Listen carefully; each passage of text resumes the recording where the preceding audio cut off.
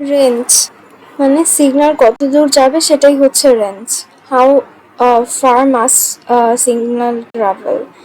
এবং আইটি যে টেকনোলজিগুলো আছে সেগুলো আমরা চুজ করার আগে আমাদের এটা জানা দরকার যে আমাদের সিগন্যালটা কত দূর পর্যন্ত পাঠাতে হবে, সেই অনুযায়ী আমাদের টেকনোলজি চুজ করে থাকবো।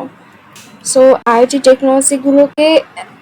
টেকনোলজি চয়েস করতে, কোন টেকনোলজি চুজ করবো সেই টেকনোলজি চয়েসের ক্ষেত্রে আমাদের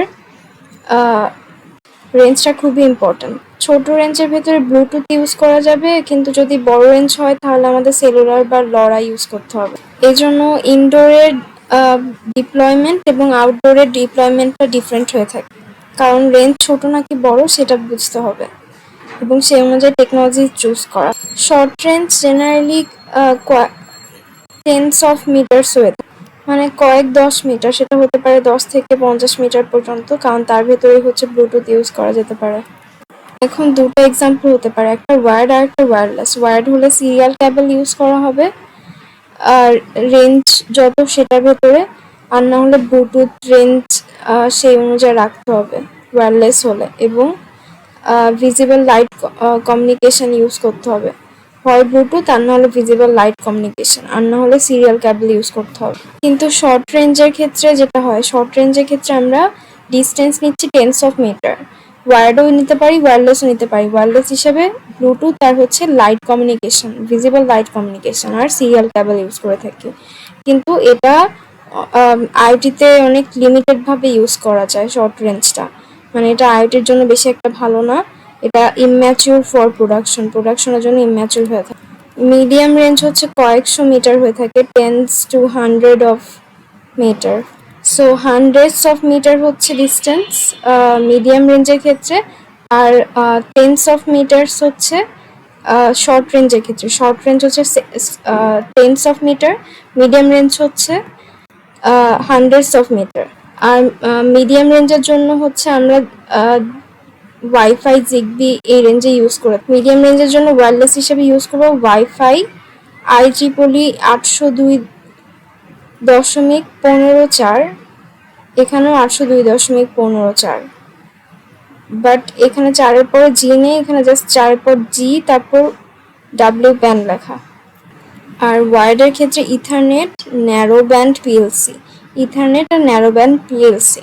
সো মিডিয়াম রেঞ্জের ক্ষেত্রে Ethernet, narrow band PLC, WiFi IEEE 802.15.4G, W band.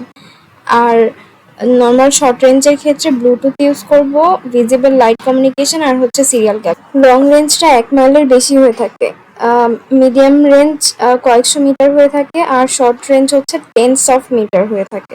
Tense of metre, hundreds of metre, 1 মাইলের বেশি। আর এটার ক্ষেত্রে ওয়্যারলেস সেলুলার, আউটডোর ওয়াইফাই আর LPWA, outdoor WiFi, cellular, optical fibre, broadband PLC এগুলো ইউজ করা হয়। ব্রডব্যান্ড PLC, অপটিক্যাল ফাইবার হচ্ছে ওয়ার্ডের জন্য, আর ওয়্যারলেসের জন্য সেলুলার, আউটডোর ওয়াইফাই আর LPW। মিডিয়াম রেঞ্জের জন্য ন্যারো ব্যান্ড PLC, আর লং রেঞ্জের জন্য broadband PLC, narrow band PLC, broadband PLC, narrow band PLC, broadband PLC।